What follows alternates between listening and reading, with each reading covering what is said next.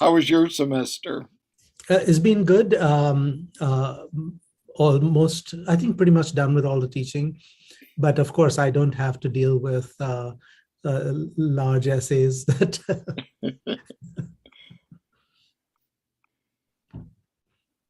Yeah.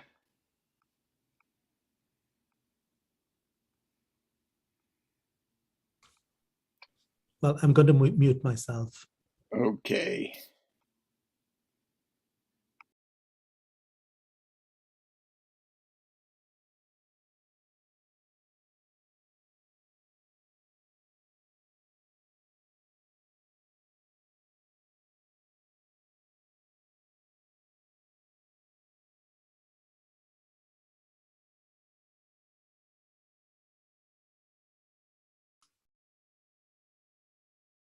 I don't know if others are like me, Dale, but when I clicked on the thing on my calendar, it said that I'd have to contact Ms. Peterson.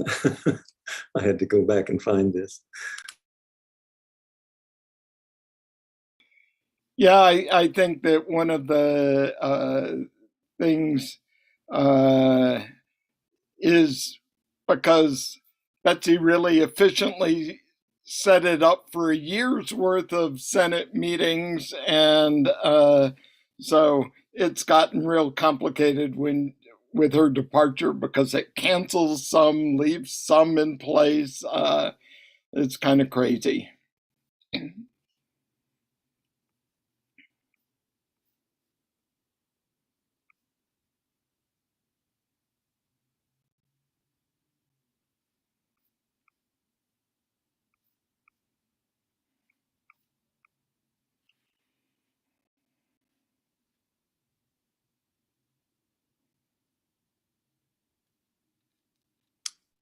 And I thought the link might be on the web page, but it isn't.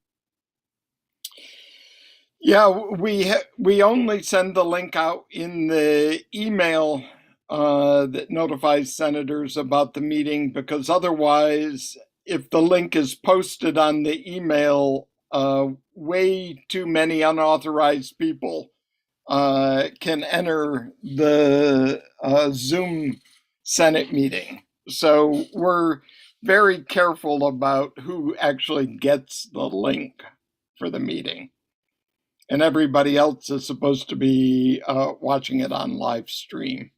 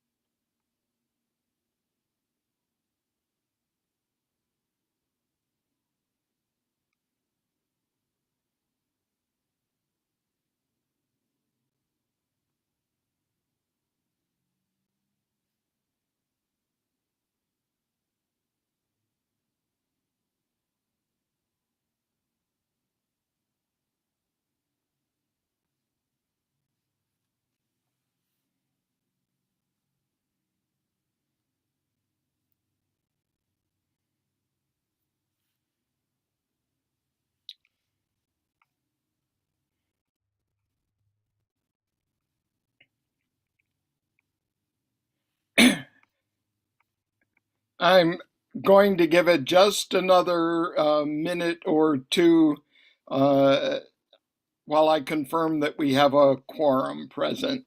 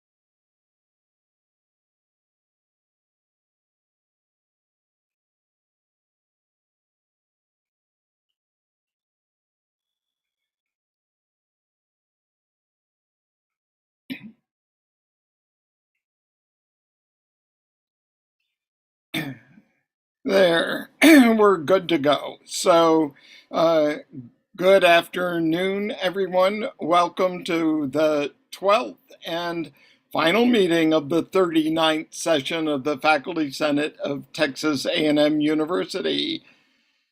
If you need a reminder of the Zoom features used in our Senate meetings, the Zoom tip sheet can be found on our website at the top of the current agenda page. At this time, please make sure your microphone is muted. Senator Andrew Klein will be monitoring the raise hands function. He will verbally identify you, then you can unmute your mic and ask your question.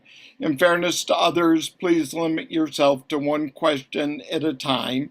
Senator Klein will also be monitoring the chat to convey messages as necessary, so please send any chat questions directly to him. We're using the registration function of Zoom to track attendance. Most visitors today have been asked to view the meeting via our live stream, but our guests and administrators who may be asked to answer questions are joining via Zoom. Visitors wishing to address the Senate may make this request by sending a chat message to Senator Klein or by using the raise hands function. Finally, if a senator wishes to offer a motion during today's meeting, please raise your hand at the appropriate time and ask to be recognized.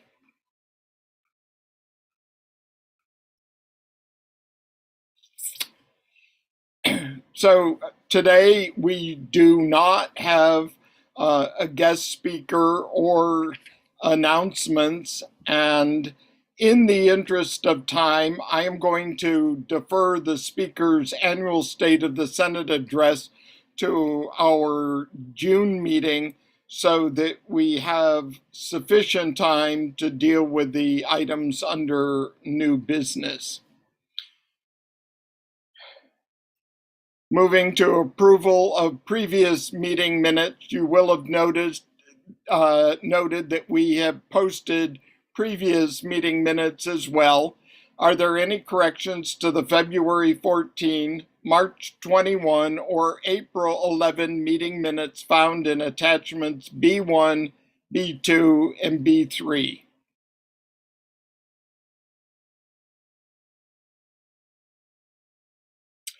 Then I declare the minutes approved as distributed. Moving on to the consent agenda. Are there any questions or concerns on the May 9 consent agenda items?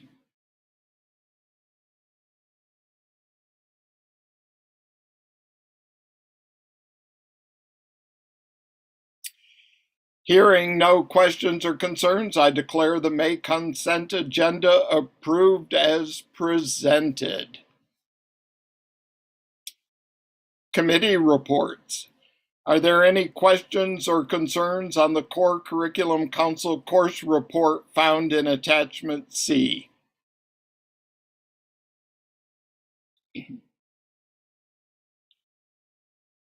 Hearing no questions or concerns, I declare the Core Curriculum Council course report approved as presented.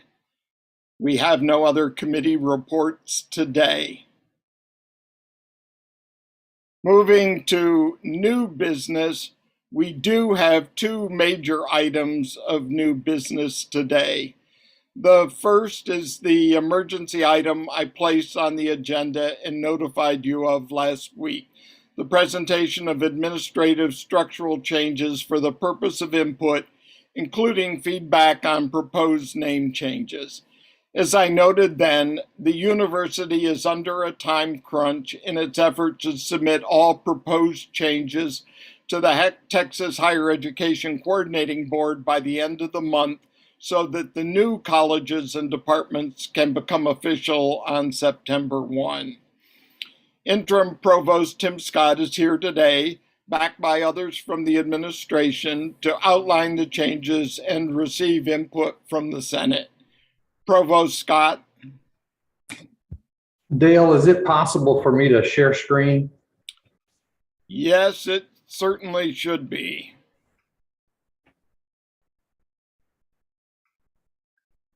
I believe You should be able to do it now. Yes.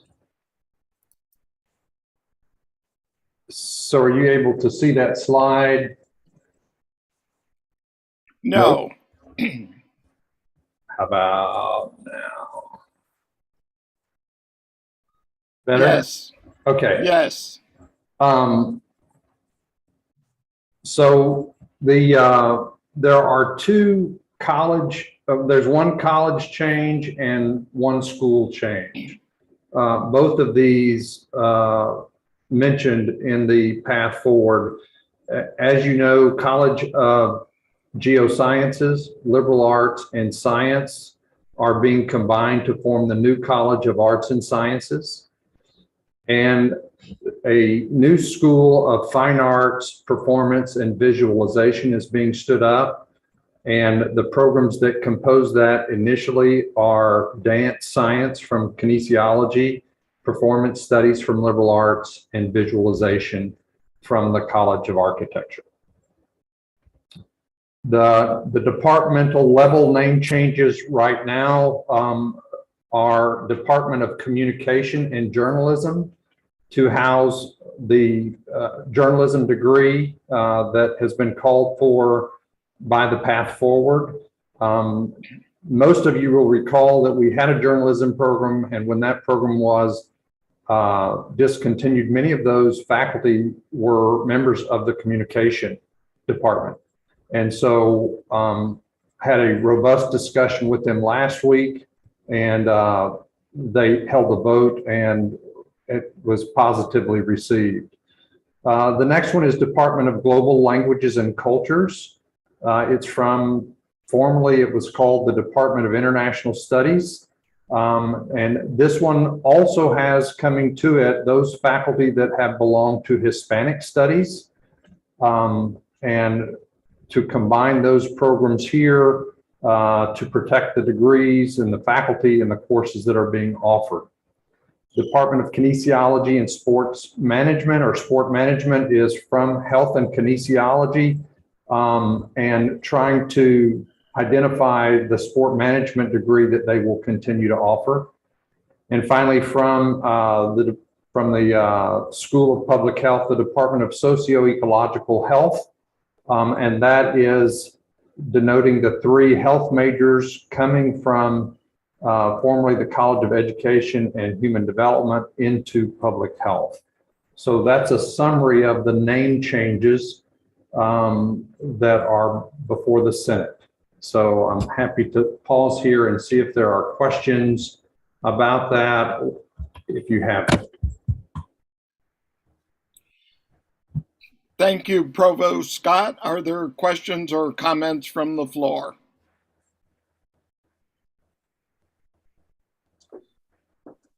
Yes, Senator Moyna has her hand raised first.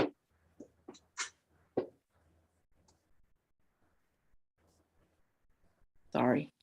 So on behalf of faculty from the Department of Hispanic Studies, I guess formerly of Hispanic Studies, two people have contacted me to bring up the point that Hispanic Studies gets lost in this larger department as a reality, as an image matter. I'm reading emails from people.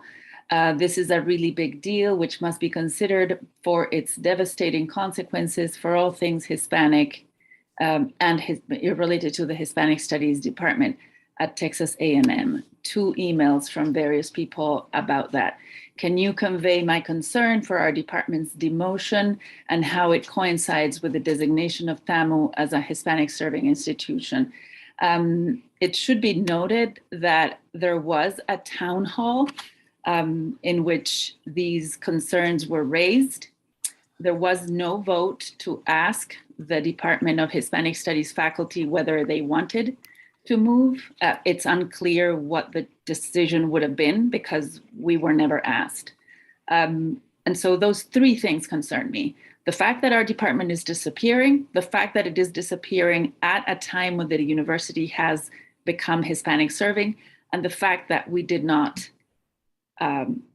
take a vote to make this decision, reality. the first two matters might not be of importance to anybody other than us, maybe, but the third one most certainly should be, that there was no actual consultation, through a vote. So that's where I leave it. I do not believe that I can do anything to change this, but I can say that I disagree with the method that was used to get here.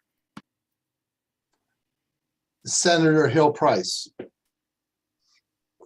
So could the administration please let us know what votes were taken with respect to these? I guess just for information's sake, was there voting from the faculty in the respective departments on these? Was it advisory committees? Could you please elaborate? Yes, let me look at these. There was, so the college name, no. The School of Fine Arts, Performance and Visualization came from the working groups, or the working group. The Department of Communication and Journalism came from a meeting with the Department of Communications. Global Languages and Cultures, Dr. Anand and I had a town hall with Hispanic Studies and International Studies. There was no vote taken. We received several email input about that, both pro and con. Department of Kinesiology and Sport Management, there was a vote that Interim Dean V. Miranda reported.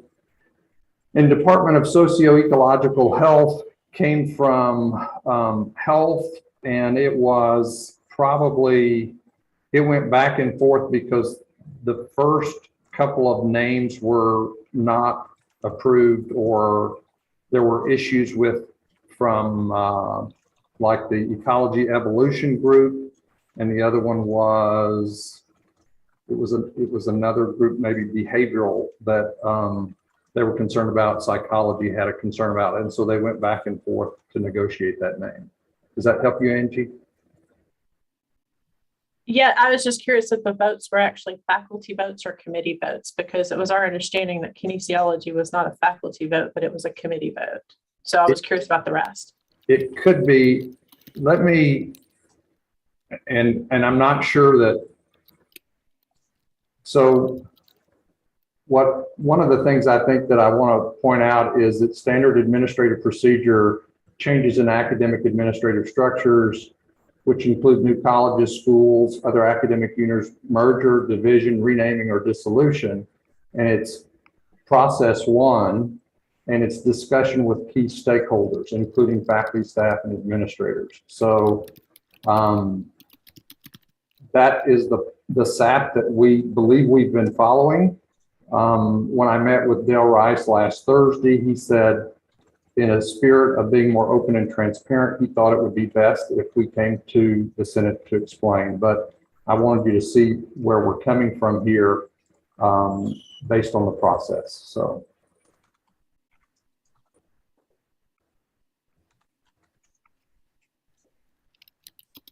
So I believe Dr. Jimenez had his hand up next. Thanks. Hi, Tim.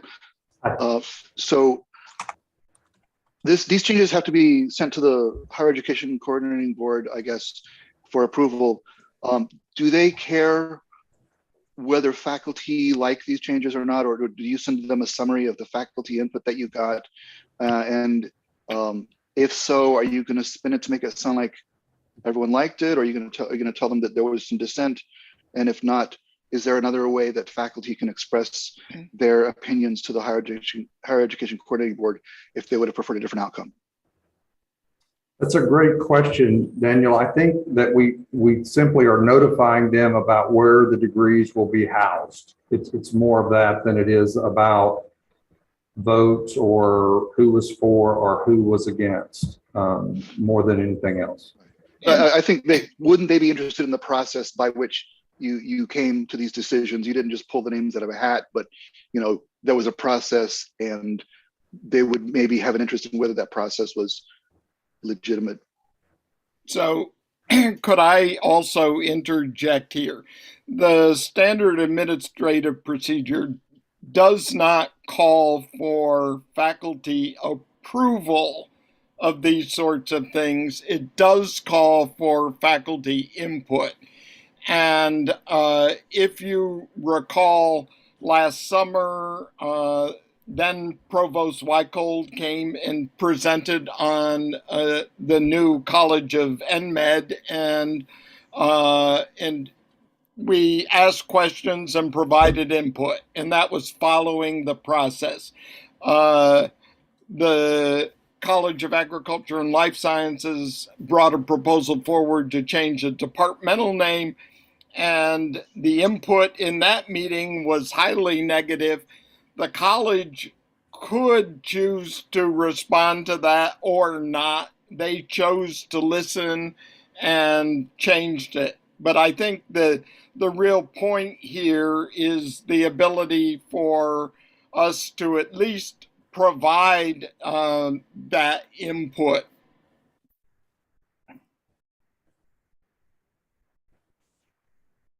Secretary, The other thing that I would say is the coordinating board could be interested, but it seems like each process would be different for each individual institution of higher education. So there's not a standard process, to my knowledge, that they require, and therefore reporting on that, I think, is a moot point. Okay. Thank you. Secretary Hammond had her hands up next. Yeah, so it does seem like procedure is being followed correctly. This has only, it's more of a comment back at what Senator Moyna was talking about the concerns about merging the Department of Hispanic Studies. And I guess I would like to reiterate her concerns, primarily because of us now being in HSI. And I think graduating class is now 51 of high school class in Texas is now 51% Hispanic. And so, you know, we do want to make sure that we, as I've said before, are not just a Hispanic enrolling institution, but really a Hispanic serving institution. And so, you know, I think some emphasis there is always important. But I do think procedure, it seems, has been followed. That's it.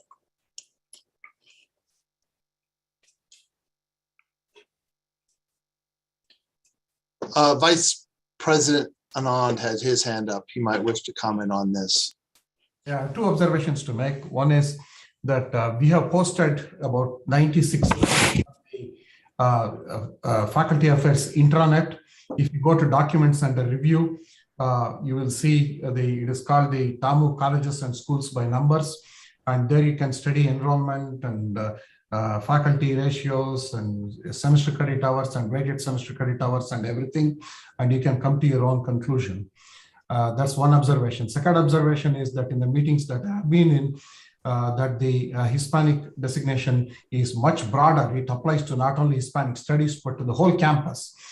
So, you know, President has, great ideas that she's discussing with the VP for diversity and the leadership team to unveil this in a grand scale. Great.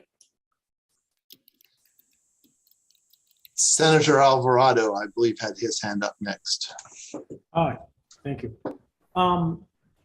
In terms of substance, what bothers me the most is not renaming the departments. You can put different names in different departments, but what's going to happen to the programs?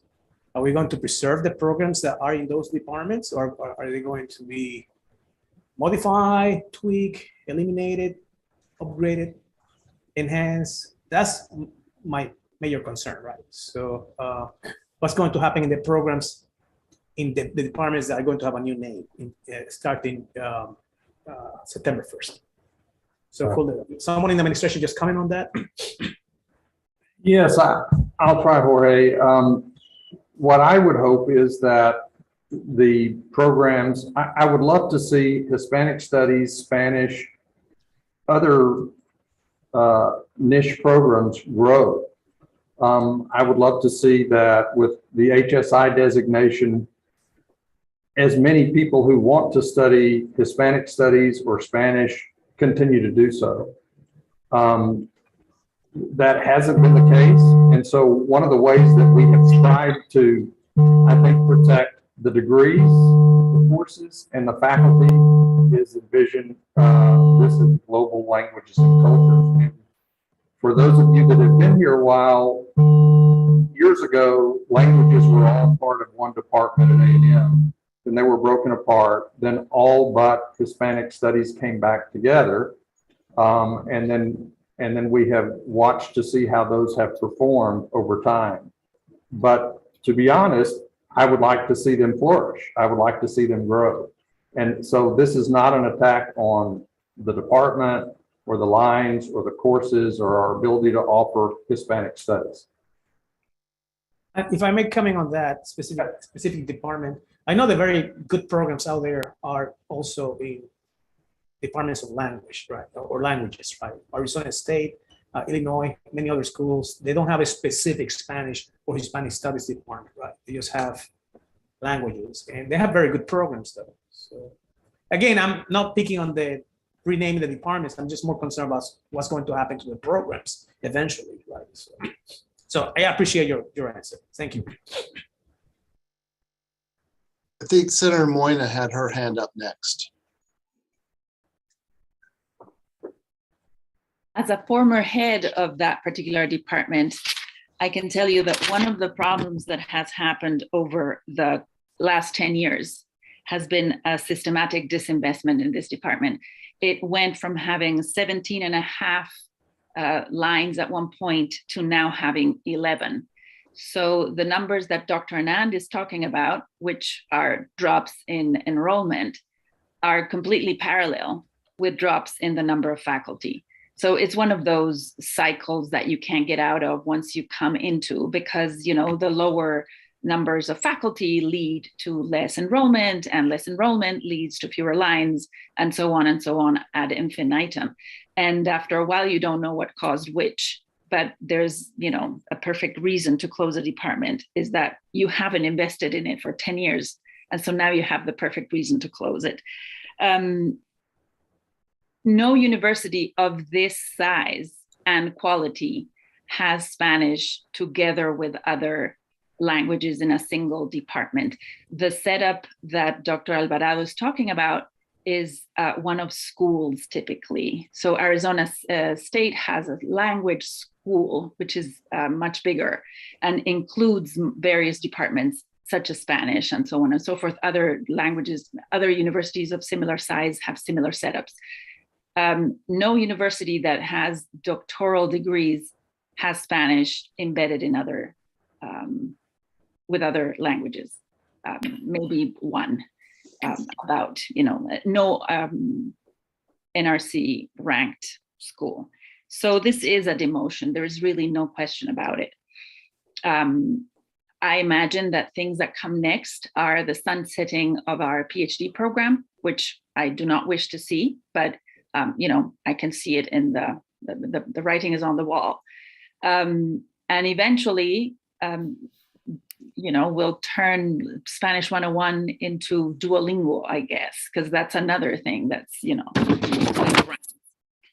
So this is bad news any way you look at it from the perspective of language instruction and the very important role that our department fulfills in making Hispanic students feel wanted and their language skills valued. I teach a lot of classes specifically to heritage learners, who are people who speak the language at home but cannot write it.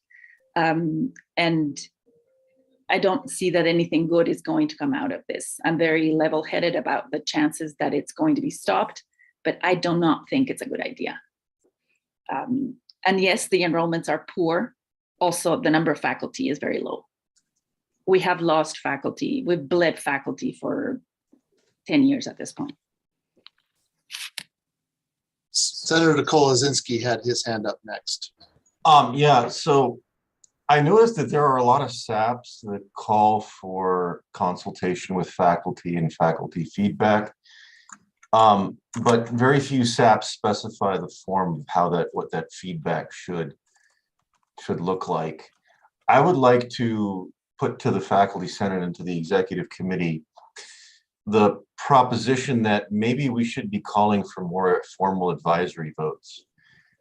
We have one now in the selection of dean and department heads, and that's something that I insisted on back in 2017 when I helped rewrite the current SAP. I noticed, when there's no formal advisory vote, the administration can say, well, we consulted with faculty and this is what we're going to do. And without a formal advisory vote, nobody knows what the faculty's actual opinion is. Of course, calling for advisory votes doesn't actually tie the administration's hands. They can still do what they want. But at the very least, we will have them, we can have it on record when the faculty think a certain way, and when the administration is opposing faculty, it is known that they're doing so. And then there's always a political cost to doing so. So I would just like to put that out there for the executive committee, that maybe we should, maybe in the next session or next meeting, perhaps put forward a resolution asking for advisory votes whenever there is a SAP that asks for consultation with faculty. Thank you. So if I may follow up, I had a question in the chat. I think this was aimed at Tim Scott. So I'm going to ask the question. I'm going to make a statement after this, Tim. So I think question is, what is your view of shared governance? And I think I will also state, I think what we're talking about here, I'm going to be honest, very politely, are some really serious concerns that faculty have about some decisions that seem to have already been made. And I think there are thousands of faculty here that have good ideas. And I think right now the process is not really listening to those very much. And you can pull a SAP out, you can tell us what decisions were made, but that doesn't mean that we have a decision process that's going to make good decisions. And I think that's a concern of faculty. So maybe you can describe to us what shared governance at Texas A&M means now. I'm sorry if that's a little harsh question, but it's really of a concern.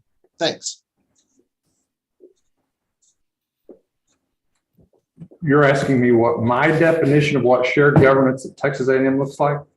That was a question that was in the chat, and I believe it was aimed at you, yes. Or the leadership as we're defining it right now, believes it.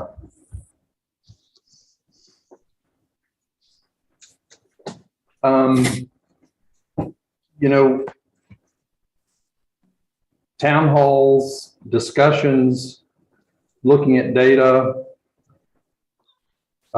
Sometimes we will agree, sometimes we won't agree. I can tell you that with myself and Speaker Rice and Dr. Anand, there was a lot of discussion about whether we should come before the Senate or not. Del Rice said that we should. Wasn't entirely clear, but Dr. Anand and I believe that we should, because why should we should tell you the decisions that have been made, the SAPs that we believe we followed, be big enough to take the questions about why we made the decisions that we did. Now, like I said, that doesn't mean we're always going to see eye to eye. And I think there is a lot of change going on now. And I think that makes people very uncomfortable, and I get that. I will say that with Hispanic studies and international studies, we met. I believe that we would have more discussion. And we did meet quite a bit with Interim Dean Oberhelman and found that helpful. But when I look at, and I realize that websites may be out of date, when I count faculty in Hispanic studies, I count 20 on the website. And in fall 21, they had 35 students in the department. And so I think in some cases, and I understand what Dr. Moina is saying is if we cut faculty lines over time, that it's going to be hard to have students go through and get degrees. But we've been seeing a downward decline of that department. And while I see protection of the degree, the courses, and the faculty, other folks see that this is the first step towards elimination. And I don't know how to to tell people other than what my intention is in advising the president and vice presidents about merging of departments. Vice President Anon had his. Yeah, Dr. Klein, you didn't ask me the question you asked Provost Scott, but this issue of faculty shared governance came up in my interview. And both Dr. Scott on the call and Speaker Rice were part of the search committee. And I presented and I subscribed to the shared governance concept proposed by the AAUP, the Association of American University of Professors. So there is a proclamation of statements starting 1914 and then 1964 and 1990 something. Basically what it says is that the faculty decides what gets taught and who gets to teach. That means in the hiring and retention of faculty, the faculty have the ultimate voice, and on the curriculum, the faculty have the ultimate voice.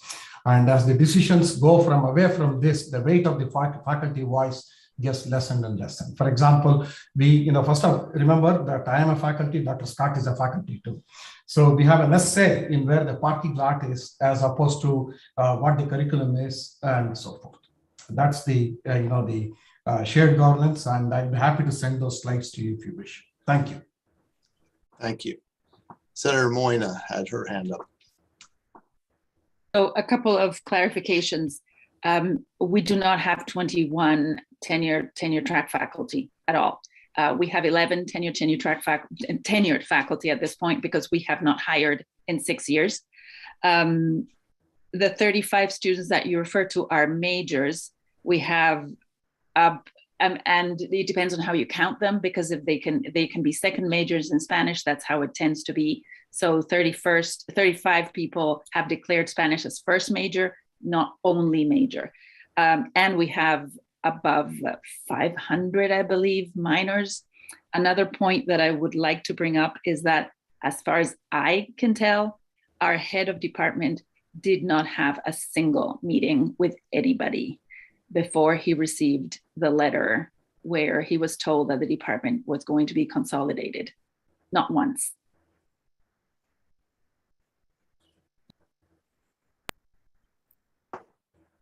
So I don't see any other hands, but there was another question raised in the chat that doesn't have to do with this particular department.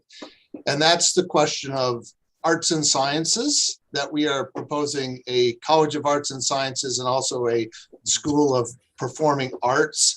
And I think some individuals find that confusing, that there's arts in two places or not arts in a College of Arts and Sciences. And I know the working group had thought about a College of Letters and Sciences. So just getting some feedback on that one. Yeah, I don't know what to say, except that at one point in time, we wondered if letters and sciences would be more straightforward, and that the new school is called Fine Arts, Performance and Visualization. So other than that, I think we will go with, and there are programs like Michigan where these programs are somewhat separate, but even though they have similar names. So it's not entirely clear as to if there's a one size that fits all. So I think some people would have the same question as, what does letters mean? What is included in that? That arts is more comprehensive, but and that the fine arts is and performance and visualization is talking more about those arts that have to do with performance, etc.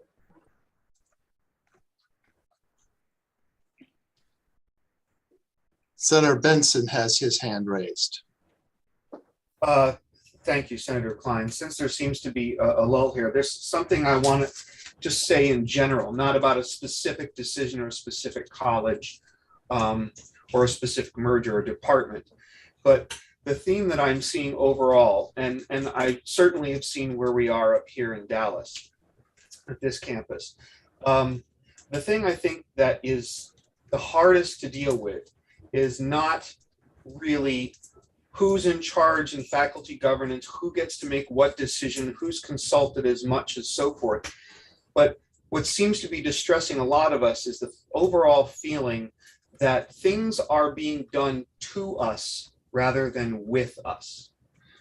That's the thing that I feel over and over. And to tell you where we are, up here in Dallas, we've spent, since joining the HSC, over 20 years building a wonderful educational and research institution. We have climbed the roles of NIH funding.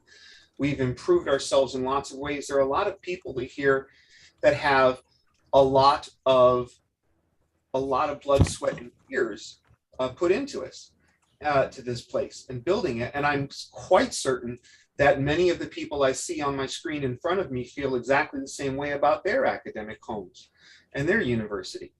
And so when changes have to be made, yes, it's unsettling. And the provost is right. It's going to be unsettling and people are uncomfortable and feathers get ruffled. And that's okay.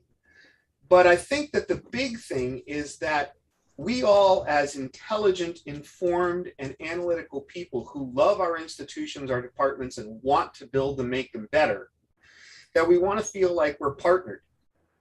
And in a lot of instances, especially at my own institution, we feel like we've had decisions just handed down. And you come to work and you find all of a sudden that something has changed and no one told you why. No one asked your opinion, but it directly affects how you do your job to the betterment of the students in your institution. And when you ask for a why, a lot of times, I'm sorry again, I don't want to be harsh, but a lot of times, to be blunt, the answer comes very much across as shut up and sit down and get back in line. Grown-ups are working here, okay? Just do what you're told. And that's incredibly distressing. And I would submit that a lot of what I hear and I feel from my fellow senators and fellow faculty, both down in College Station, Bryan, and up here, stems a lot from that. We really want to be partners in what changes are going to be made. But again, the mantra is, please do with us, not to us. Right now, we're getting a lot more done to than with.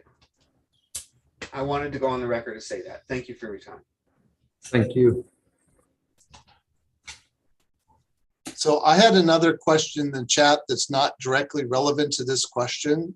Provost Scott, are you going to be around during the question and answer at the end? Yes, I will. Okay, then that can be raised then. So Dale, at this point, I don't see any other hands raised. Okay, then we will close this section of input, and I thank Provost Scott for coming. As he and Dr. Anand, I think, both mentioned, I met with them, and I think the SAPs leave open room for interpretation, and it's been my position all along that we really should find ways to make sure that the Senate is involved in the input. And I thought this was an opportunity to be transparent with it. And although the process might not be perfect in lots of ways, I think that at least we're making an effort both on the Senate's part to let our positions be known about the importance of shared governance.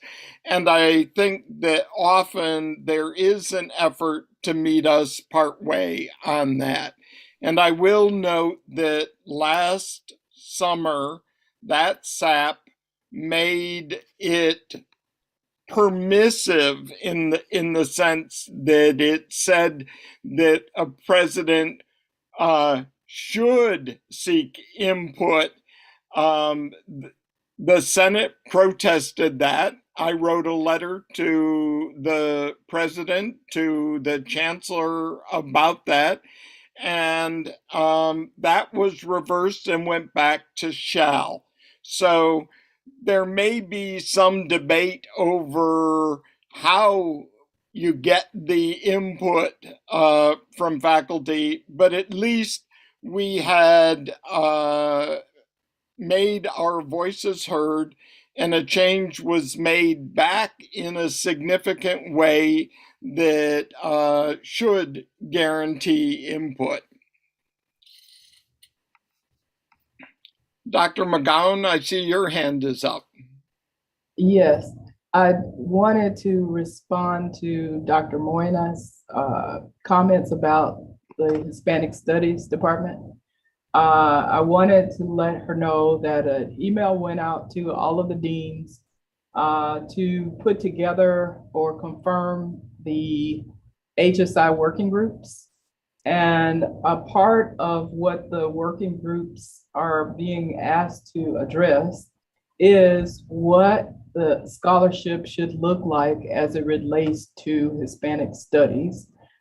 Should it be what we currently have, which is the Department of Hispanic Studies? Should we create a new center that brings together scholarship, teaching, and curriculum as it relates to Hispanic studies? And that I have included people from liberal arts on that committee. So I think rather than focusing on where we are right now, maybe the focus should be on where we would like to be 1 year out, and designing the program that we would like to have to best serve the Hispanic students.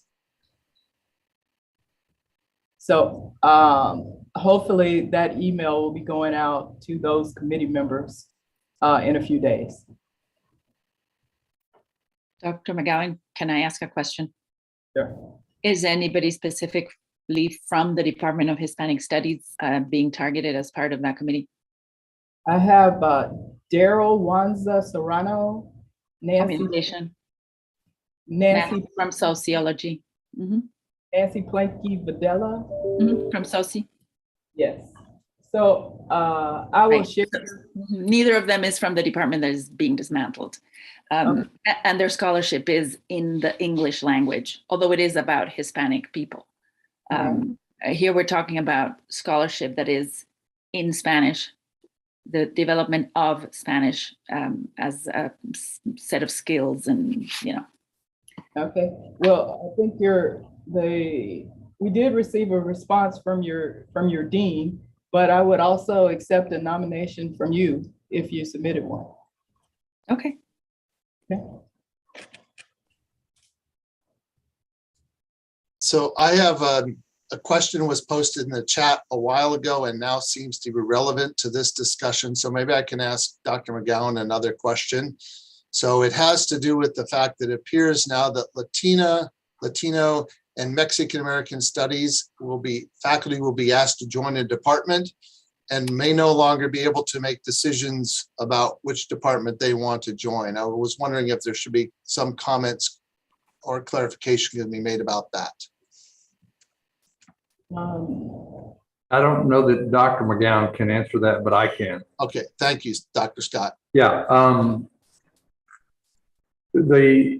Initially with global languages and cultures, we thought about those as well, but Interim Dean Oberhelman asked, and rightly so, that we ask those that administer the program how they would like to affiliate. And so he has done that and asked them for, I think some of those, as Dr. Moyna just discussed, are housed in sociology. And for years, those persons who was overseeing the programs went to the department where their affiliation, the department they were affiliated with. So the question, I think, with Latina studies is it going to go to sociology or not? And that's the question.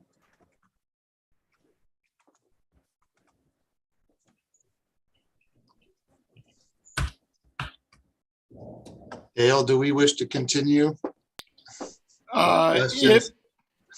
If there are issues that people have really relevant to this, we can take it for another few minutes. Okay, Dr. Alvarado. Yeah, it seems that one of the main problems is, I think, is communication, not the motivation for some of these changes, right? So like changing the name of a department, for me, honestly, it's relatively trivial. Depends on what you do with it, right? So I think we're just basically touching the surface. I mean, I think we need to have a deeper conversation. What are we trying to achieve? Are we trying to revamp these programs so they become the best program in the whole nation? If that's the case, well, let's move forward, right? If the objective is to do something else, well, let's have that conversation. You know, honestly, let's be honest. I think there's plenty of room for improvement across the university, and that includes my department, by the way. Which is not Hispanic studies, by the way. But there's plenty of room for improvement. So if we rename things, if we reorganize the whole university for the better, I'm for that, right? But I think the problem is that we're not communicating the whole concepts to the faculty. I think that's why faculty are either concerned or upset because they don't know where we're going, right? So we have these subcommittees and committees, and we have these plans, but we don't know what the end goal is, right? What are we trying to achieve? Are we trying to improve the rankings of some of these programs? Are we trying to have more graduate students? Are we trying to recruit better faculty? I mean, what's the long-term plan? What is our vision? So that's my main question, my main point. Thank you. Senator Miranda has his hand up next. Just a quick question. So English language departments are not going to be included in the global language, right? If that is the case, if that is indeed the case, then why is English language being treated differently? Isn't that a global language too? Shouldn't that be in the same department? And if it is being treated differently, it seems to send a message that the university is not serious about serving the Hispanic population of the state of Texas. Am I missing something here? I can tell you, Senator Miranda, that was discussed in liberal arts, but that was not what was put forward or formulated. I'm looking at enrollments in English now to see if they have the same demographics. But I mean, why is English any different from any other language? I think we're getting lost on the language per se versus the enrollment in the program, right? So, and I didn't say there were 21 tenure track faculty. There are 20 faculty total on the website, which may be outdated. And Dr. Moyna has done a great job of explaining the number of majors and secondary majors. But for English, Dr. Miranda, there are 465 majors. So you could put international studies or global languages and cultures and Hispanic studies in those 35 students in a major with 465 other majors, or you could focus only on those languages outside of English. So I also believe, and I don't want to offend anyone when I say this, to say that because we have more Hispanics, we'll have more in Hispanic studies. That's, I think, to me, that's stereotyping the type of major that a student may want to major in. We need excellent majors in everything we do. Hispanics that want to study engineering, I want them to have the highest quality engineering program they can have. If they want to do Hispanic studies, I want it cutting edge with lots of opportunities when they graduate. So to be honest, that a lot of this was about major counts and the number of FTEs for the number of majors that we are serving. Senator Moyna has her hand up. So one of the classes that I taught this semester, I'm grading papers, is called Spanish for Science. The fact that people are doing Spanish does not preclude that they could be doing any major on the university. If you offer the right courses for them, they will take them and they will benefit regardless of their major. Equating the Spanish language with a Spanish language major is like equating calculus with a math major. Students up and down the university need calculus. And trust me, students up and down the university need Spanish. The problem is the way that the university is built is as an English-only institution from the get-go. The reason what Dr. Miranda was asking is, why is English preeminent in this university? It's because this is an institution that has valued English above other languages, which is not unusual.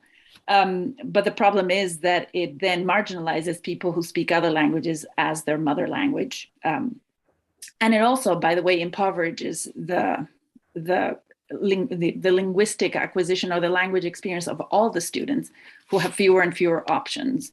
We don't hold a candle to UT when it comes to instruction of languages, not just how many, but how far students can take their language majors. The language knowledge is abysmal in comparison. But my concern is that not only is it bad, but it's getting worse, because instead of being enhanced, it's being detracted, using the FTEs, of course, because when you defund something long enough, it can't do its job properly.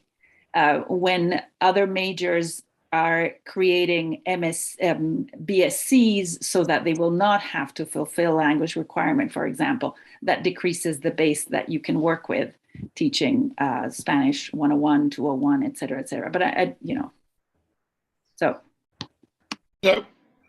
let's have one last comment then from Secretary Hammond. Thank you, Dale. I just wanted to emphasize, in case there's misunderstanding of my last comment, is that by my talking about us now being an HSI, I didn't mean that all of those students would then take those classes.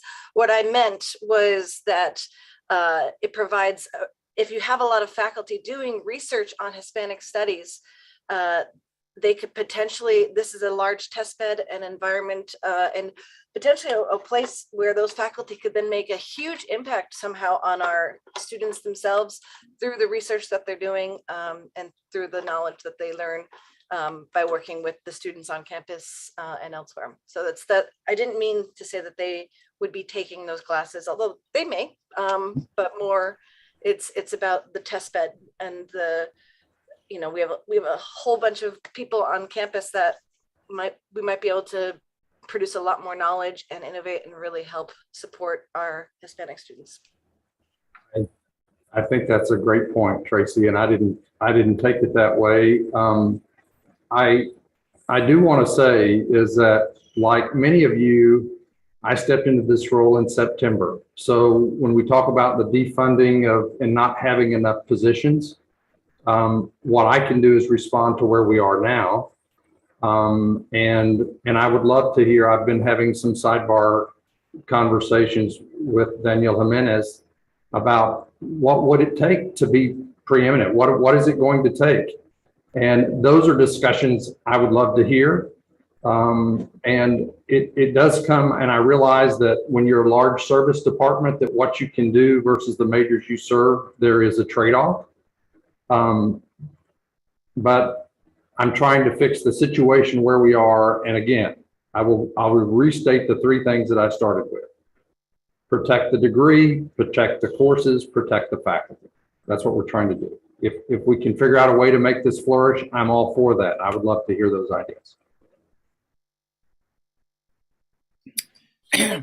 So thank you, Provost Scott, and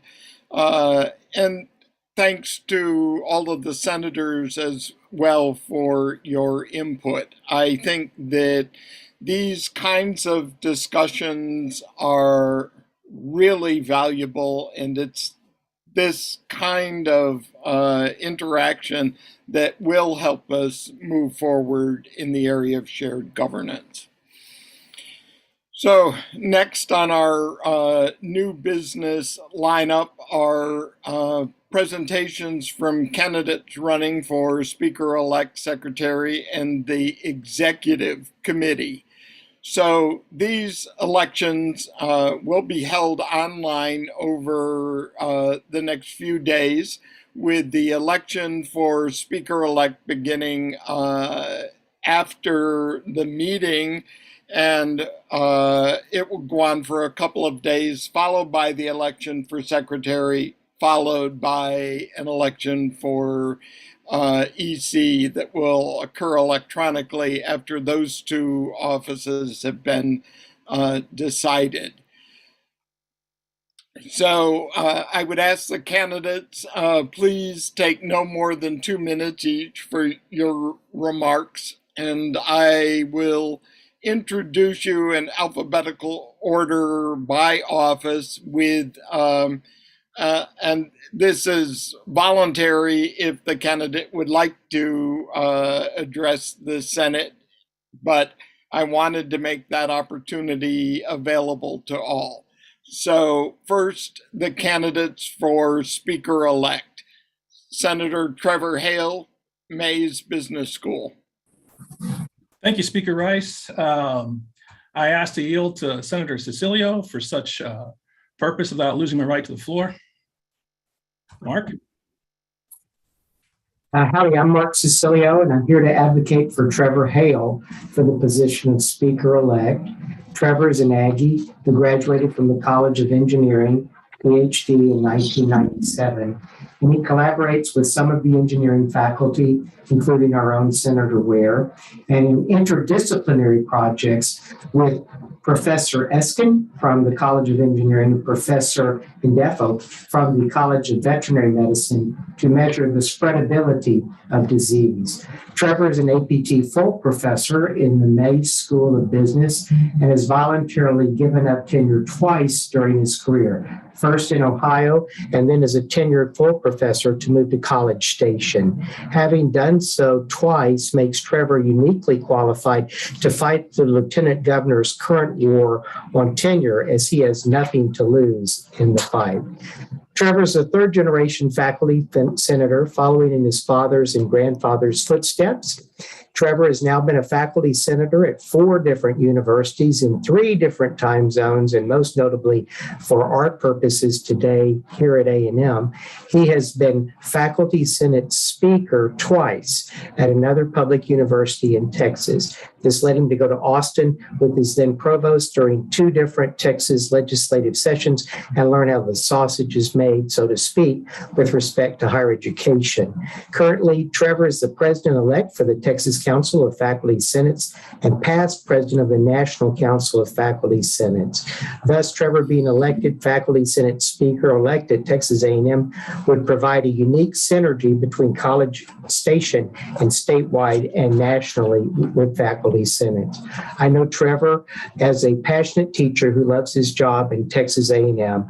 I'm asking you to consider voting for Trevor for speaker-elect. Thank you. Thank you, Speaker. Senator Cecilio, I yield back. Okay, Senator Tracy Hammond, College of Engineering.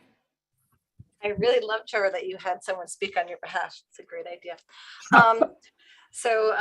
Yeah, and I'm sure Trevor will do a wonderful job. My name is Tracy Hammond. I am professor of computer science and engineering. I'm director of the Institute for Engineering Education and Innovation. I'm currently secretary of the Faculty Senate. And I have a unique space in that I'm both brave and a little bit Pollyanna. I really do appreciate our administration, and I do see what they bring to the table. And I really do feel that they have intentions that are very well. I also think I can communicate some of those intentions better, and I can push back. I'm comfortable pushing back on Tim and Kathy and everybody. And so we're in a really hard time right now. And I guess I would like to, under the tutorship of Dale, to be able to help us ride this wave forward and get us to a place that has true shared governance. I really love the idea that Adam came up with today with having some more formalized things about maybe taking formalized inputs, formalized votes for any time faculty input is coming through. I've also been working with Dale and Tim and others about having us create an FAQ where faculty can submit questions to us at the executive committee, and then we ask those questions like anonymously online, and then we ask those questions to the administration, and then we post those answers on the web so you guys can have sort of this more transparency. But I think I'm out of my 2 minutes. I guess I just wanted to say that I'm here to help however I can, and but Trevor would also do a great job. So let me know how I can. I'm happy to help no matter what role I serve here. Thank you, Tracy. Next, the candidates for secretary, Senator Dan Collins, College of Science. Thank you, Speaker Rice. As many as you know, I'm Dan Collins. I'm from the Department of Chemistry. 2 years ago, I was a member of the executive committee. I will say that after about a year absence from the faculty senate to kind of focus on teaching the COVID era and some personal responsibilities, I'm really shocked and stunned at the transition that the university has made over the 2 years that I stepped away from the faculty senate and the executive committee. It's truly been a hard time for all of us. And while many of you guys see that I am highly opinionated, can be very polarizing and aggressive, you guys also know that I do value what's best for the institution, us as faculty, but also our students. And right now that disconnect is as large as it's ever been. Even before I wrote my comments today, and as we've seen through the discussions that we've had, one of the biggest issues is that there's student apprehension in what we do and what the administration does. And that's as concerning as it's ever been. And there's now a disconnect between faculty and the administration, the part that we are wanting to go and lead forward with. One of the biggest issues that I see going forward is that many of us are working as hard as we've ever have at this institution, but due to the fact that many people are leaving to go take other opportunities, and as well as based off of a lot of the environment, we're left kind of at a critical mass and just short of that, in which we're actually working harder, and yet the resources for us to succeed aren't there. I think many of us have struggled with mental health issues over the last 2 years. I think that many of the other ideas of building up the faculty, saying that we're trying to work together, seem to have been completely voided.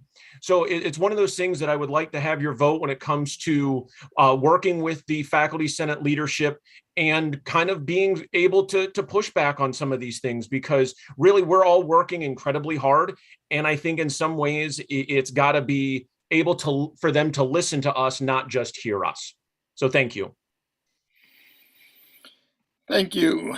Senator Janice Epstein, College of Science. So, hello. I actually know a fair number of you from being on the Senate and committees. I guess currently I'm on Executive Committee, Bylaws Committee, and Core Curriculum Committee. In the other part of my life, I have been teaching service math classes since 1993. I had to look that up. It seems like forever, but 93. And those who know me know I take my work in teaching and service extremely seriously.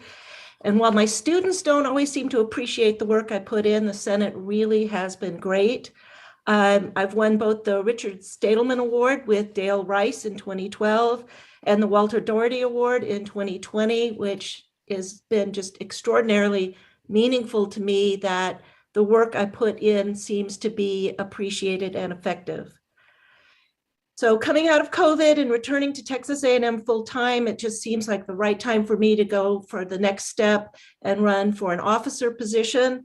And, for those of you who are on committees with me, I come to my committee meetings, I do my homework. It's not always turned in early, but I do my homework. And I really would appreciate your support as I try to help the university get through this, challenging time. Those of you who also know me, I'm at a point in my career where if I see something, I'm going to say something, and I will promise you I will speak up as needed. Thank you. So our potential third candidate would be Tracy Hammond, who we've heard from, and who will be a candidate for secretary if she loses the race for speaker-elect. Finally, the candidates for executive committee: Mark Burge, College of Law. Thank you, Speaker Rice. It would be an honor to serve on the executive committee. I've been in teaching for 17 years. I am at one of the remote campuses, as the law school is in Fort Worth, and I think that would be a valuable perspective. But principally, I think I would bring two things to the table as a member of the executive committee. First of all, and probably most importantly, is a robust commitment to the importance of shared governance. I've participated in that at college level, where I've chaired our college's faculty governance committee for 4 years. But probably most significantly in this coming year is the fact that I think it would be of great value for the EC to have a member who is also a lawyer. And the reason for that is we know that in an unprecedented way, academic freedom and tenure are potentially, and certainly verbally actually, under attack in the upcoming legislative session.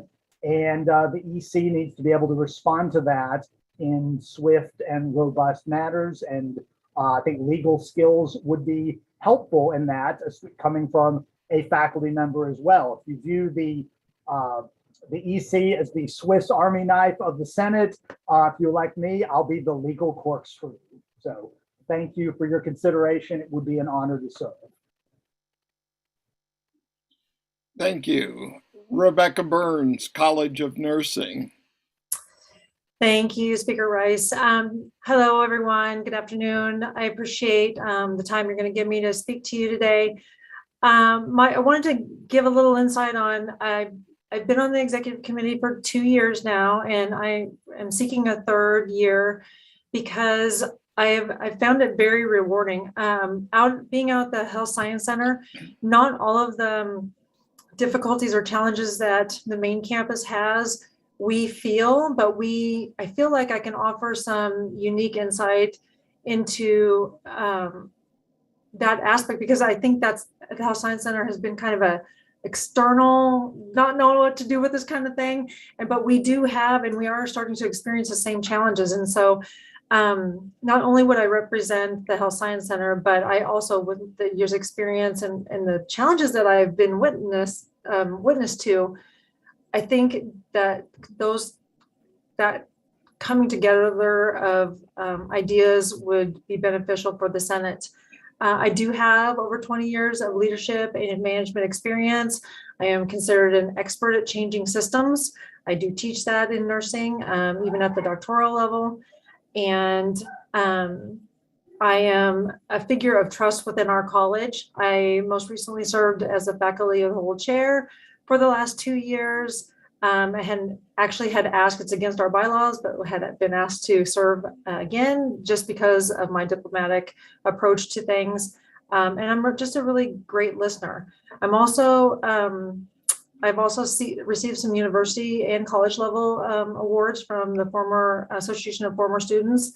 And I am the only one certified in my college at the level of Association of College and University Educators. So I find it really rewarding to be on the EC, and I do a lot of listening, but I chime in when I feel it's necessary, and I'm a really good process person. So thank you. I appreciate your vote.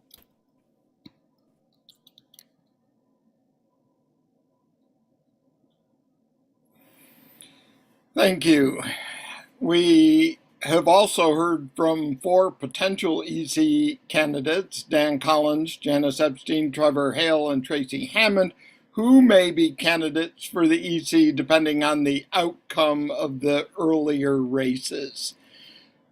So next up would be Shelley Holliday, College of Architecture. Hello, everybody. It's great to be here and to put my name forward for the executive committee. I have served on the executive committee for 1 year and my eyes have been opened a little bit and the impact that we can have. And I would really like to continue because I feel like this first year was a little bit of a learning curve. And so I think it would be beneficial to move forward with another year. I have enjoyed being on, especially with the MGT report, I've been on a couple of the committees and feel like I am contributing to shared governance and transparency. And so I would really like to continue with that of my platform for shared governance and transparency from that perspective. Thank you.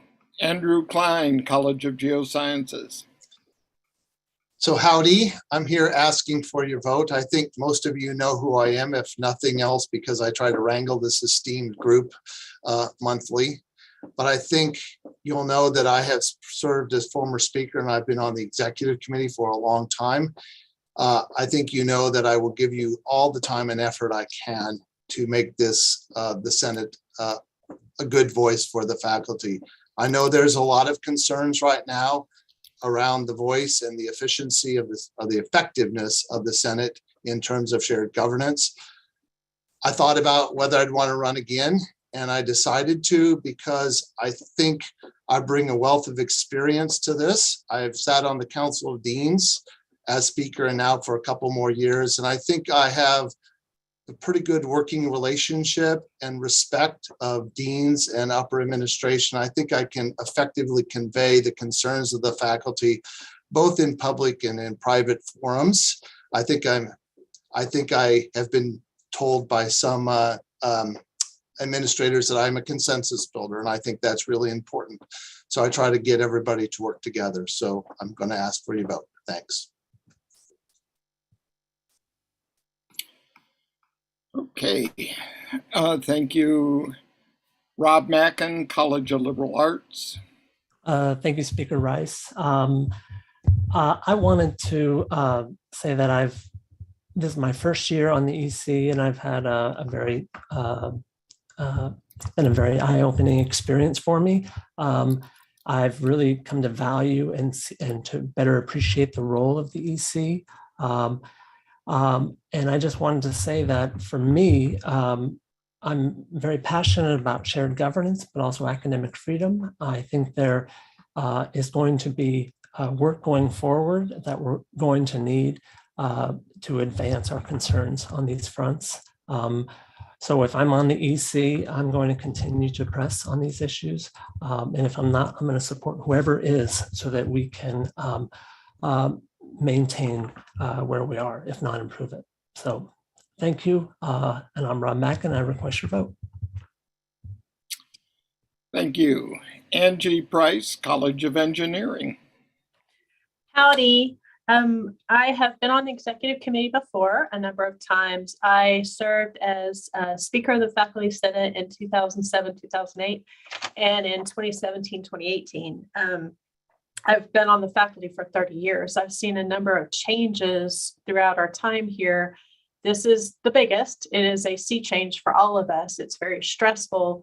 I think it's passionately important that the faculty and the faculty senate are engaged, whether we're asked to be or not. I think we need to make sure that we are engaged and ask the tough questions and ask our administrators to answer them. I have a passion for shared governance. I also feel very strongly about advocating for faculty.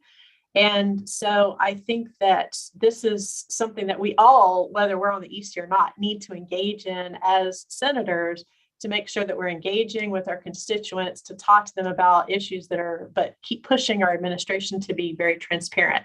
So I would appreciate your support in being elected again to the executive committee. I would like to be able to continue to share my experience and the history that I have with the Senate, with the executive committee, but also to again push for shared governance. So thank you. Thank you. Mark Cecilio, College of Medicine.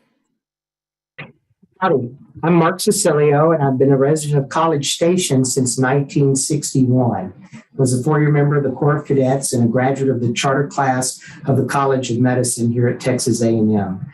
I've been a pediatrician for 40 years, was the initial physician for the Scott and White Clinic College Station, and have been selected by my peers to be a Texas Monthly super doctor.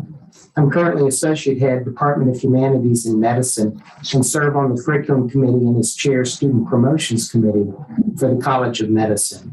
I also serve on the Aggie Honor Council, have taught on topics in pediatrics to medical nursing and undergraduate students, and in the HEAL curriculum in humanities, ethics, altruism, and leadership.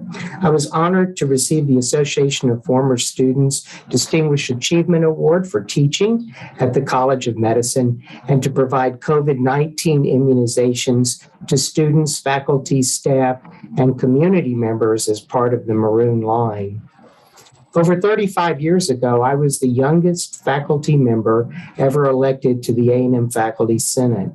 I strongly believe in the critical, collaborative, interdisciplinary roles, as in ag to medicine, cadet to medicine, engineering to InMed, engineering to medicine, and science to medicine pathways, and hope to help establish a humanities to medicine pathway as well.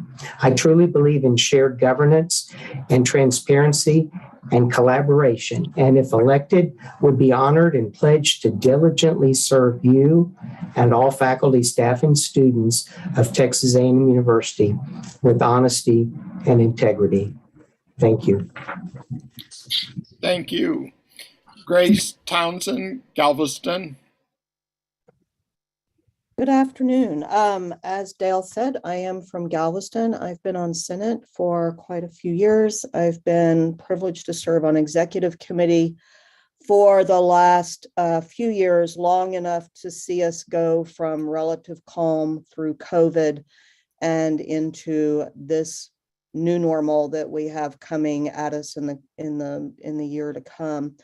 I feel really strongly about not only shared governance, but the integration of remote campuses into the big fold. I feel like we gain more working together, and I think that's going to be more important coming in the future. I teach generally intro-level students, chemistry, Gen Chem 1, Gen Chem 2, 107. So with the introduction of the entry to a major population in the Galveston campus, I feel like I have a really good background to see what some of this integration of programs between units and campuses looks like and how it can work and how it can also be improved. I really, the last couple of years have been a huge growth experience and learning curve going through COVID and working with the multiple administrations we've had in the last couple of years. I love to listen. I can be pretty quiet, but I'm also extraordinarily comfortable pushing back. So I do hope to be able to represent you on executive committee in the coming year. And thank you very much. Thank you. Jim Woosley, College of Education and Human Development. Well, howdy, Senators. Those of you that have been around a while know that I've been around a while. It's been a lot of years on the Senate and also in the EC. I'm a former speaker and many years EC member.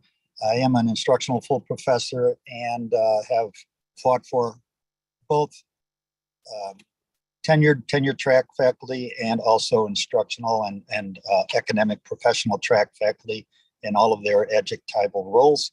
And I will continue to do so. I hope you continue to, will continue to elect me one more time to the EC, and I look forward to serving you again.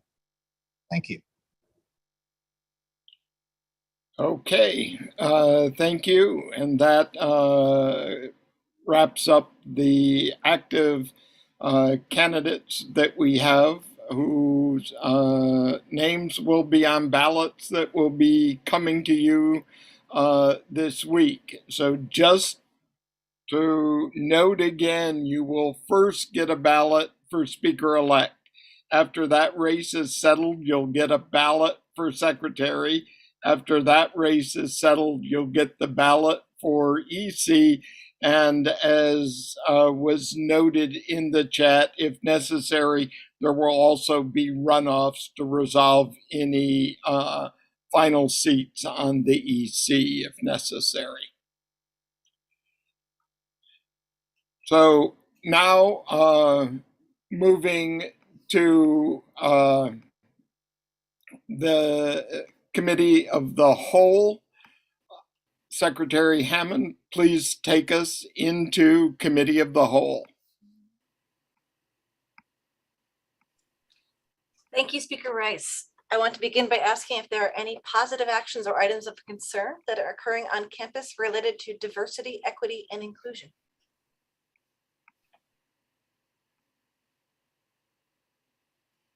I think Senator Banerjee had his hand raised. So actually, this is not regarding the question that Senator Hammond asked.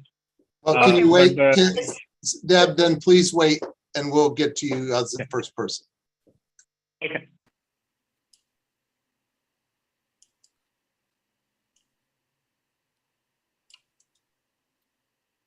And Jorge, is yours about DEI? Yeah, I mean, I'm just wondering, and I don't know if you have the final numbers, but how many Hispanic students are going to graduate this week? Do we know? What percentage or number? That's a great question to ask, and I would love to know that answer. I can know, Senator Alvarado, when those numbers came to us, they were not broken out other than by campus. So I haven't seen a breakdown that would have that information. The only thing that we had was the number here in College Station, the number in Qatar, the number in Galveston, etc. But maybe we could get someone to find that information out for us, and we can have it for next time. Yeah, and I agree with Rebecca. It would come from the registrar's office. I'll send a note to Vanessa Heidi. Awesome. Yeah, and Rebecca said for all ethnicities and, you know, to make sure that we're inclusive. And just a follow up quickly. The purpose of that question has to do with our new designation, right? So it will be interesting to know how many of our Hispanic students are graduating. So that's all.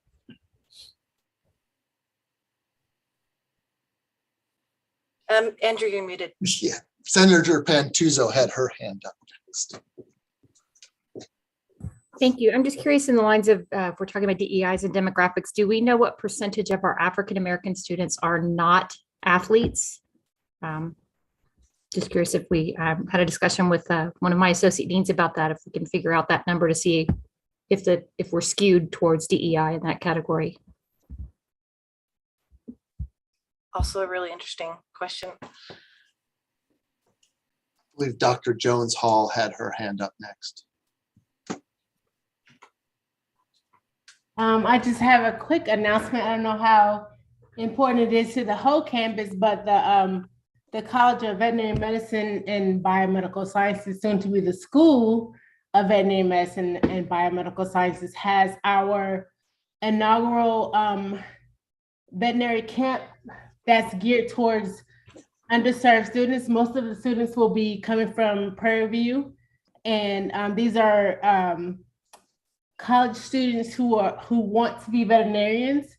And so we are having our camp. It's a 1-week camp that's free admission. And as I said, this is the first year that we're having it, so we're very excited about the program. And we're aiming to increase our minority enrollment in our veterinary school by initiating this camp. And so it will hopefully go forward year after year. So if you know of any underrepresented students that are interested in becoming veterinarians, please let them know about the camp. I'll put the link in the chat for the camp, and that is my good news.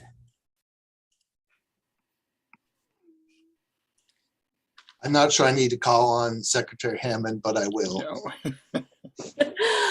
Yeah, so I guess I'll give a related one, which is that for engineers on June 8th and 9th, it's a great opportunity to get involved with faculty and researchers from our system schools. And so a great way to form some authentic collaborations with people from various things. And there will be awards too. So if you make friends with some brilliant researchers at other schools and you guys have an amazing idea, you get to present it, and there will be funded awards based on these joint collaborations going forward.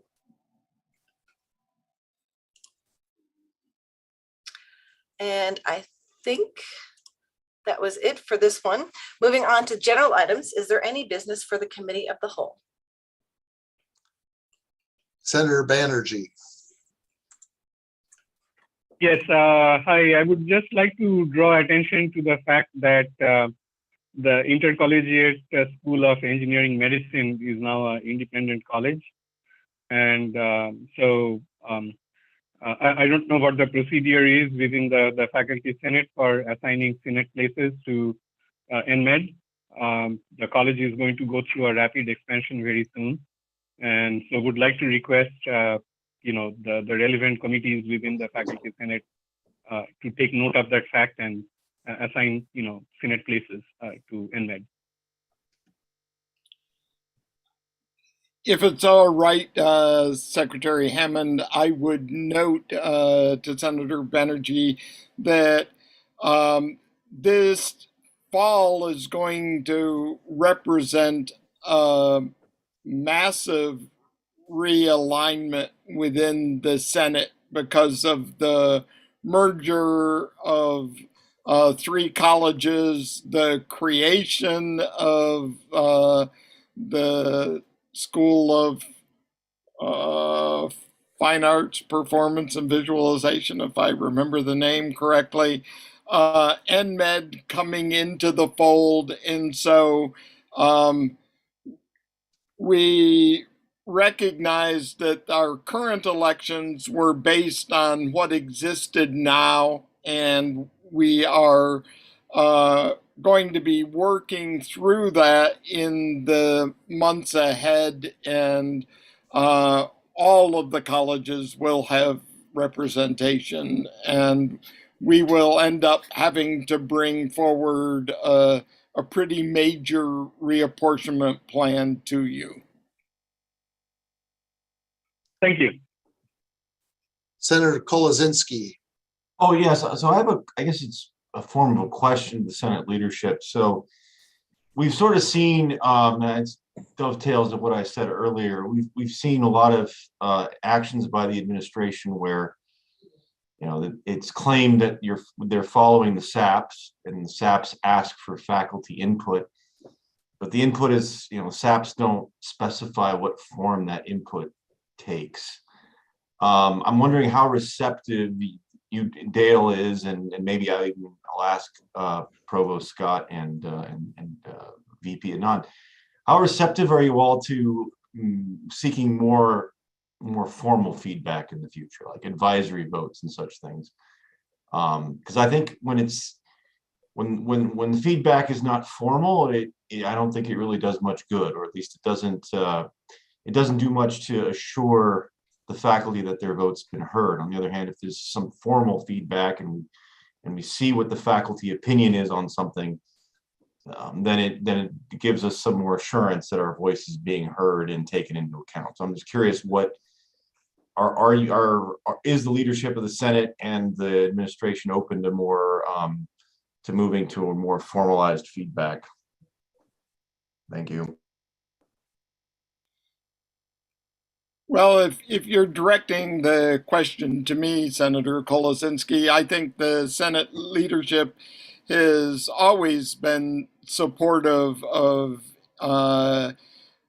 ways to assure significant feedback be taken into consideration. And I think that ultimately, the huge challenge ahead of us is that many of these SAPs and rules are governed by forces higher than the university. In other words, it requires approval either at the system level or in some cases, even the Board of Regents. So would we certainly be willing to talk to the chancellor and others about a more formal process? I would be happy to do that. I have no reluctance at all in trying to further the cause of meaningful shared governance. So yeah, I guess also the administrators present, are you open to more advisory votes as part of the feedback process? Because there seems to be a lack of that at present.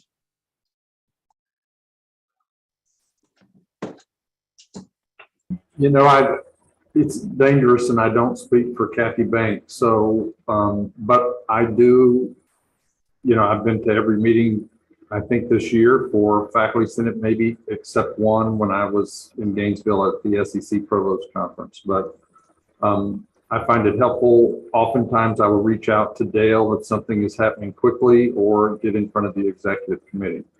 In terms of the Faculty Senate, to my knowledge, in my history, has always been advisory only. So it would be something that both Dr. Nan and I would have to take to Dr. Banks to get her input on that. So just to clarify, I think I may not have been clear. What I mean is when there is a major change being made to a unit, such as, for example, the Department of Hispanic Studies or whatever, more advisory votes of those units that are being affected. I'm not specifically talking about the Senate giving an advisory. So I think, Adam, what you're getting back to is what you had discussed when we were having this topic is define what faculty input looks like. And again, speaking, I won't speak for President Banks, but I can go and ask her what her feelings are about getting such feedback. And I can bring that back to the Senate. Great. Oh, thank you. I really appreciate it. Yeah, I echo the same thing. You know, the only question is, let us say that 99% of the Senate felt one way and whoever the upper administration felt the other way, then where do we go from there? You know, I understand that, you know, Speaker has taught me that it is not binding, but on academic matters, it is binding. But on matters which are not binding, you know, if there's a major difference, you know, what is the next step? What is the recourse? Well, in my view, the next step would be for the administration to clearly explain why. Oh, yeah, sure. You want, and that's been kind of lacking on a lot of things, just to let you know. I mean, there have been many decisions that have made, and there's been virtually no explanation at all why things are going, you know, so.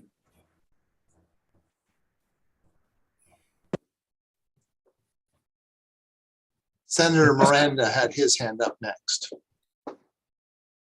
To follow a bit on Senator Kolosonski's comment, there are two components to the seeking of advice. The one is the act of and the process of seeking the advice, and the other is to at least give an appearance that the advice matters and that it is that advice is helpful in shaping decision processes. The second part of it is also missing, I think, and speaking as a representative of faculty that I've talked with, the sense is that decisions have already been made, and perhaps at the chancellor's level, perhaps at the president's level, or some combination thereof. And now a process is being put in place to gain some traction for those decisions, but those decisions are not going to change. And one example of that has been with the MGT task forces. And many of the MGT task forces meetings have been canceled, and repeatedly, week after week.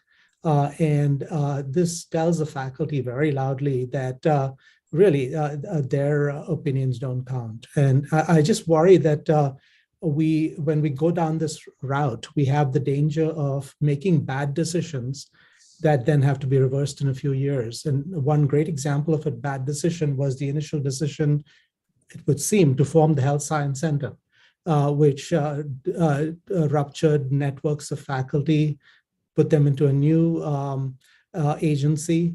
And then a few years later, that was reversed. So the issue is, which decision was the bad decision? The original decision to form the Health Science Center, which did not take into account faculty input, or the new decision to bring us back into TAMU, which also did not take faculty input. So I think the administration needs to pay attention to the appearances of at least taking the faculty's input in a real way to make as part of the decision-making process.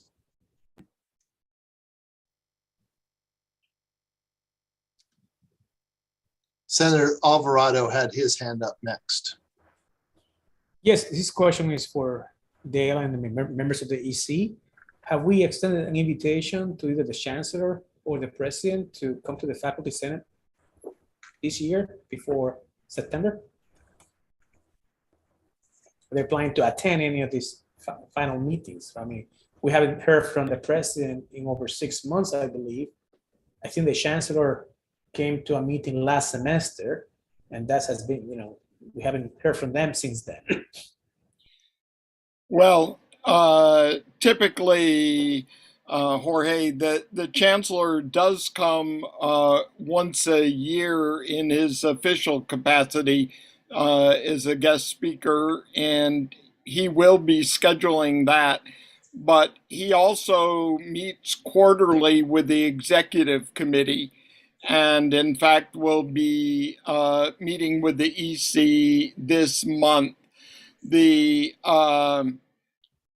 President is normally our guest speaker to start each academic year. So the typical is to come in September, and we will extend that invitation to her. And she has been meeting with the executive committee. So we've met with her twice in April and May. So I think that the question would be whether or not, and I think there has been a very mixed bag on presidents coming on a regular basis to Senate meetings to be available to answer questions and that sort of thing. We have had some who have made it a regular presence at our meetings, and we 2 or 3 presidents ago, that tradition died significantly. So I think we could also extend an invitation to President Banks to come to our meetings if she chooses to be available to answer questions. Thank you. Senator Wolf had her hand up next. Yes, just to throw my hat into the fire of the conversation that we've been having. We are advisory. We all know that we don't have any formal control over what happens at this university. And so I appreciate, and I think everybody appreciates, that we follow the standard operating procedures for things. But it seems to me that when big decisions are being made, you want to gather as much feedback as possible, and you want to gather that feedback from people who know something about the changes that you're making. So I tussled with my son earlier this year because he decided where he wanted to go to college based on one visit to one place. And I explained to him that, when you're making a big decision, you need to collect information. You need to talk to a lot of people, and you need to talk to a lot of people who have experience. I lost, by the way, but I'm just glad he's going to college at all. I also want to say that we can help. We are not necessarily adversarial. There are things that faculty know that can prevent problems before they start, that can maximize benefits before structures are created that won't allow that.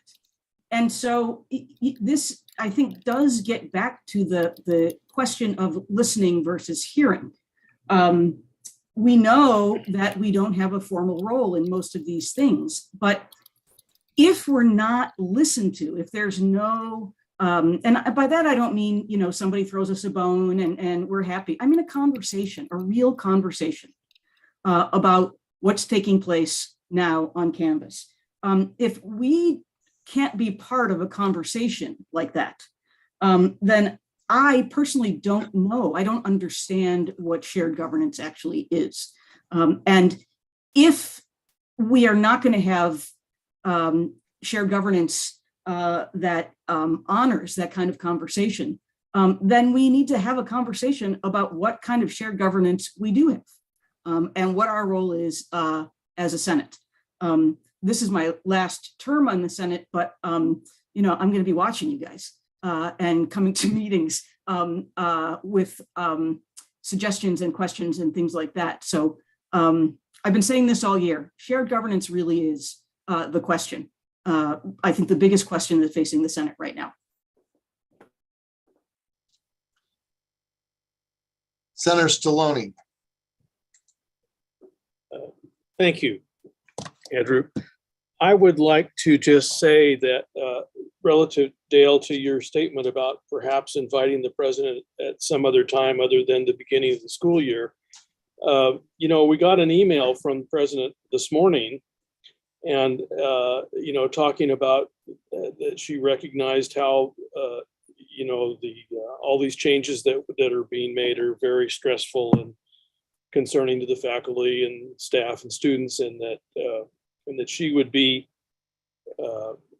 sharing her strategic vision in the State of the University address on Wednesday, September 28th. Well, you know, it seems to me that, with all due respect, Madam President, I would like to hear you talk about that now rather than then. You know, that should have been something that she brought up, that she discussed with us before all this started, or as it was started, rather than after it's done. Because by the time September comes around, or October, a lot of these changes are going to be already in motion or already made. And I think, you know, again, in the interest of shared governance and teamwork and faculty morale, I would like to see the president come and discuss, you know, these issues with us now rather than then. That's it. Senator McGill. Yeah, as a member of a somewhat small department, I was a little concerned about this reliance on numbers and I guess budgets and so forth, because small departments can do really, really valuable things. My department has an undergraduate program called Bioenvironmental Sciences, which is over 50% Hispanic, I'm pretty sure all the time. We have as many graduate students as our building can hold, I think. We're stuffed into labs and so forth. So yeah, we're small, but I think we're doing a relatively good job. And I suspect there's a lot of other departments around here that are the same way. And if you just start saying, well, if you don't have 500 undergraduates, you're gone, that doesn't make sense. So I don't see any more hand raised. There's a couple questions in the chat, which I will convey. I'll go, NK, you can go.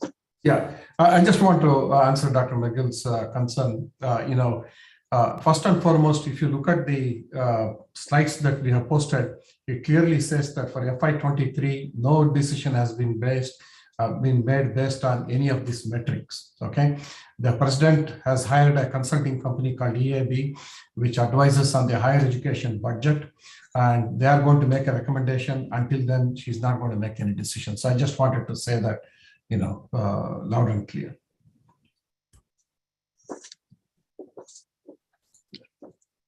So let me post these questions.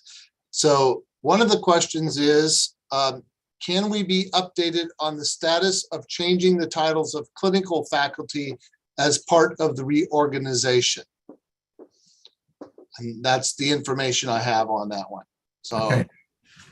There is a committee that is looking at Dr. Klein. Dr. Heather Lynch is chairing that. And I don't know whether she's on the call or not. It is a well-represented committee. They began their work. I don't have the final report yet.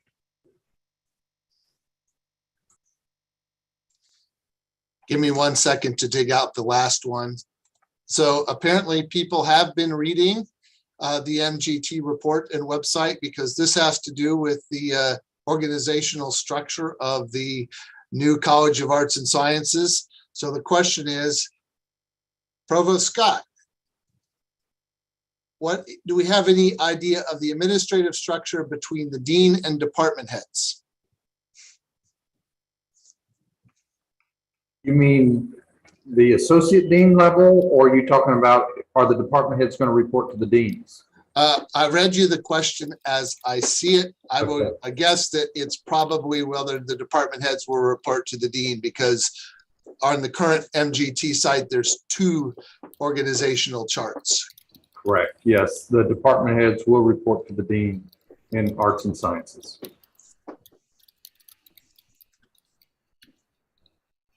So I do not see any other hands raised, and I have not received anything else in the chat.